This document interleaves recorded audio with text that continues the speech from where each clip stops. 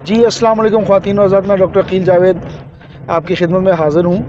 आज की जो वीडियो है वो है बेसिकली रोज़े के अफ्तारी के बाद, रोज़ा रखने के बाद जब अफ्तारी करते हैं तो दिल का या मैदे का भारी होना और बोझ महसूस करना मैदे के ऊपर या घबराहट होनी, तो उस पे एक वीडियो है, बड़ी मुफीद वीडियो होगी। थोड़ा सा डिस्क्लेमर दे दूँ कि ये प्रोग्राम हम होम्योपैथिक स्टूडेंट्स के लिए या होम्योपैथिक डॉक्टर्स के लिए करते हैं। अगर किसी पेशेंट को कोई मसला हो तो अपने मौलवी से रब्ता करें। Coming back to the point कि स्टमक अगर भारी हो और घबराहट महसूस हो, सांस बंद होना स्टार्ट हो, तो उसकी वजह क्या होती है, उस पर सबसे पहले बात करेंगे। एक तो वजह उसकी है कि डीप फ्राइड चीज़ें जैसे समोसा, पकौड़ा और ये चीज़ें हम लेते हैं, तो वो एक प्रॉब्लम हो सकती है उसमें। तो कोशिश करें कि इसमें जो डीप फ्राइड चीज़ें हैं इसको अवॉइड करें। उसके बाद एसिडिटी, मैदे में एसिडिटी का इशू हो सकता है। शुगर लेवल एकदम बूस्ट कर सकता है जब हम ये वैसे तो खजूर खाना सुन्नत रसूल सल्लल्लाहु अलैहि वसल्लम है, लेकिन एक माकूल मिकदार में खानी चाहिए। उससे रोज़ा अफ्तार करना चाहिए, ना कि हम उससे पेट भर के और ख़ुराक के तौर पे उसको खाना स्टार्ट करते हैं। तो ये एक वजह, एकदम जब शुगर शूट करती है तो उससे ये मसाइल पैदा हो सकते हैं। फिर हम जब रोज़ा अफ्तार करते हैं तो पानी की मिकदार बाज़ औक़ात कम लेते हैं, तो वो हमें ज़्यादा और एक मिकदार लेनी चाहिए, वो भी एक इशू हो सकता है। उसके बाद कैफ़ीन, टी और इस किस्म की चीज़ें, कॉफ़ी वगैरह की मिकदार जब हम लेते हैं ड्रिंक के तौर पर, तो वो भी एक वजह बन सकती है। और इसके अलावा जो लोग हाइपोटेंशन यानी कि लो ब्लड प्रेशर के मरीज़ हैं, उसमें भी ये मसला और ये अलामत पैदा हो सकती है।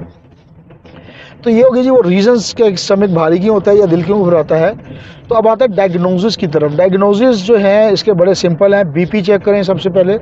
आजकल हर घर में कोई डिजिटल ऑपरेटर या कोई दूसरे मैनुअल ऑपरेटर मौजूद होंगे, तो उससे ज़रूर चेक करें। उसके अलावा ग्लूकोज टेस्ट यानी कि शुगर के टेस्ट करें, रैंडम चेक कर लें, और वो भी आजकल ग्लूकोमीटर्स आपके घर में मौजूद होंगे। ईसीजी करवाना भी बहुत ज़रूरी है। अगर दिल की धड़कन तेज़ होती है और ये शक हो कि दिल की धड़कन तेज़ है तो ईसीजी करवाएं। ये भी डायग्नोसिस में अहम किरदार अदा कर सकता है। इसके अलावा एक टेस्ट होता है, पीएच टेस्ट कहलाता है। वो मैदे का पीएच टेस्ट अगर आप करवाएं, उसमें मैदे चूँकि उसमें एसिडिटी बढ़ जाती है, तो एल्कलाइन की वजह से पीएच वैल्यू बढ़ जाती है। तो वो वैल्यू को देखना होगा कि वो नॉर्मल है या एबनॉर्मल है, तो वो भी लाजमी करवाएं। और इसके अलावा अगर आप करवा सकते हैं तो अल्ट्रासाउंड, एब्डोमिनल अल्ट्रासाउंड करवा लें। अगर कोई और को मसला होगा तो वो सामने आ जाएगा। तो ये बेसिक वो टेस्ट हैं जो एक डॉक्टर को डायग्नोस करने के लिए पेशेंट को लिखने चाहिए।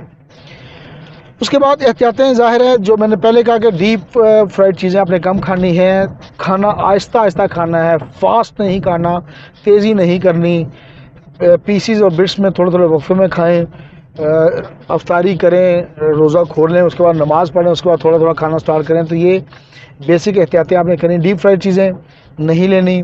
वाटर, पानी, चूँकि डिहाइड्रेशन का इशू हो जाता है बाज़ औक़ात, वो ज़्यादा से ज़्यादा लें।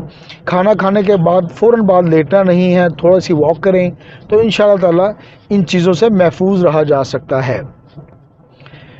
अब आते हैं कि जहाँ भी ये प्रॉब्लम होगी तो मैं हूँगा, होम्योपैथी होगी तो ज़ाहिर है होम्योपैथी एक बहुत बड़ी फील्ड है।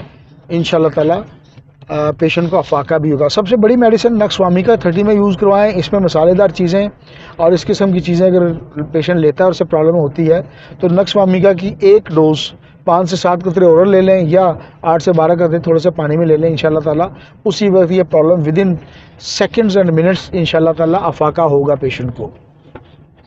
उसके बाद एक बहुत बड़ी मेडिसिन है, स्पेशली जब सांस के मसले और घबराहट के इश्यूज़ हों, तो कार्बोविच, इसको इस्तेमाल करवाएं। 30 में यूज़ होगा। उसी तरह 5 से 7 कतरे ओरल TDS कर लें तो बेहतर है, अदरवाइज़ एक आध डोज भी काम कर जाएगी। और अगर पानी में लेनी होगी तो फिर आपने 8 से 12 कतरे थोड़े से पानी में लेनी होगी। लाइकोपोडियम वहाँ पे मेडिसिन बनेगी जब फूला हुआ पेट आपको महसूस हो, ऐसा महसूस हो कि पेट भर गया हुआ है और फूला हुआ है, और इसके साथ नींद के मसले आ रहे हैं और नींद फ़ौरन आना स्टार्ट हो जाए, तो कार्बोहाइड्रेट मेडिसिन होगी। दुआ में याद रखें, AJ हेल्थ TV ऊपर टॉप कॉर्नर पे मेरा लोगो आ रहा है, इसको आप सब्सक्राइब कर दें ताकि आपको इस किस्म की मुफीद वीडियोस मिलती रहें। Thank you very much. This is time to signing off me, doctor Akeel Javed from Lahore. Allah हाफिज़।